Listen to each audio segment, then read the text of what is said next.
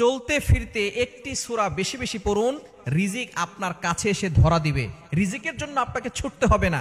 অনেকেই আছেন অভাবের ভিতরে পড়ে গেছেন, অনেকে কষ্টের ভিতরে পড়ে গেছেন।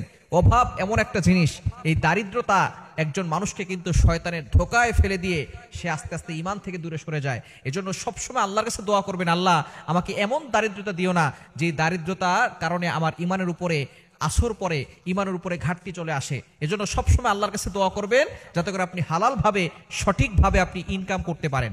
এজন্য আপনার রিজিকের পিছনে ছুটতে হবে না যদি আপনি একটি সূরা বেশি বেশি পড়েন। নবীজি সাল্লাল্লাহু আলাইহি সাল্লামের কাছে একবার এক গ্রাম্য ব্যক্তি এসে বলতেছেন, ইয়া রাসূলুল্লাহ, ইয়া হাবিবাল্লাহ, আমি টাকা পয়সা ইনকাম করি কিন্তু আমার টাকা থাকে না, আমার টাকার ভিতরে কোনো বরকত নাই। ইয়া রাসূলুল্লাহ, এমন কিছু আমল বলে দেন যে আমলের মাধ্যমে আমার টাকার ভিতরে বরকত হবে এবং আমার ঋণ মুক্ত হবে এবং আমি হালালভাবে সম্পদশালী হতে পারবো। নবীজি সাল্লাল্লাহু আলাইহি সাল্লাম তাকে চমৎকার একটি সূরা শিক্ষা দিয়েছেন এবং তিনি বলেছেন, তুমি ঘরের দরজায় দাঁড়িয়ে এই সূরাটা পড়বে এবং বেশি বেশি করে এই সূরাটা পড়বে এবং বিশেষ করে যখনই ঘরের সামনে যাবে তখন ঘরে প্রত্যেকটা মানুষকে সালাম দিবে। ঘরে যদি কেউ নাও থাকে তারপর তুমি সালাম দিবে এবং বিসমিল্লাহ পড়ে এই সূরাটা 3 বার পড়বে। এই সূরাটার আমল যদি তুমি করতে পারো তাহলে আল্লাহ পাক রব্বুল আলামিন তোমার ঘরের ভিতরে রিজিক দিয়ে দিবেন। তোমার যে ইনকাম থাকবে, ইনকামের ভিতরে বরকত আসবে। রিজিক নিয়ে তোমাকে টেনশন করতে হবে না, আল্লাহ পাক রব্বুল আলামিন রিজিক তোমার কাছে পৌঁছে দিবে। সূরাটা হচ্ছে সূরা ইখলাস। এই সূরা ইখলাস আমরা সকলে জানি না? কুল হুয়াল্লাহু আহাদ আল্লাহুস সামাদ লাম ইয়ালিদ ওয়া লাম ইউলাদ ওয়া লাম ইয়াকুল লাহু কুফুয়ান আহাদ।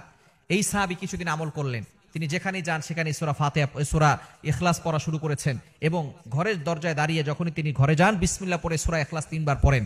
আল্লাহ পাক রব্বুল আলামিন তার সম্পদে এত বরকত দিয়েছেন, কিছুদিন পরে নবীজির কাছে হাদিয়া নিয়ে গিয়েছেন, ইয়া রাসূলুল্লাহ, ইয়া হাবিবাল্লাহ, আপনি যে আমল আমাকে শিক্ষা দিয়েছেন, এই আমলের মাধ্যমে আল্লাহ তাআলা আমাকে সম্পদশালী বানিয়েছেন, আপনার জন্য আমি কিছু হাদিয়া নিয়ে আসছি। সুতরাং আপনি যদি ইয়াকিনের সাথে, বিশ্বাসের সাথে আমল করতে পারেন অবশ্যই আপনি উপকৃত হতে পারবেন। সূরা ইখলাসের অনেক ফজিলত রয়েছে, আমরা হাদিসের ভিতরে অনেকেই এইটা জানি, কমন হাদিস, যে ব্যক্তি সূরা ইখলাস একবার পড়বে 10 পারা কোরআন শরীফ পড়ার সওয়াব তার আমলনামায় চলে যাবে।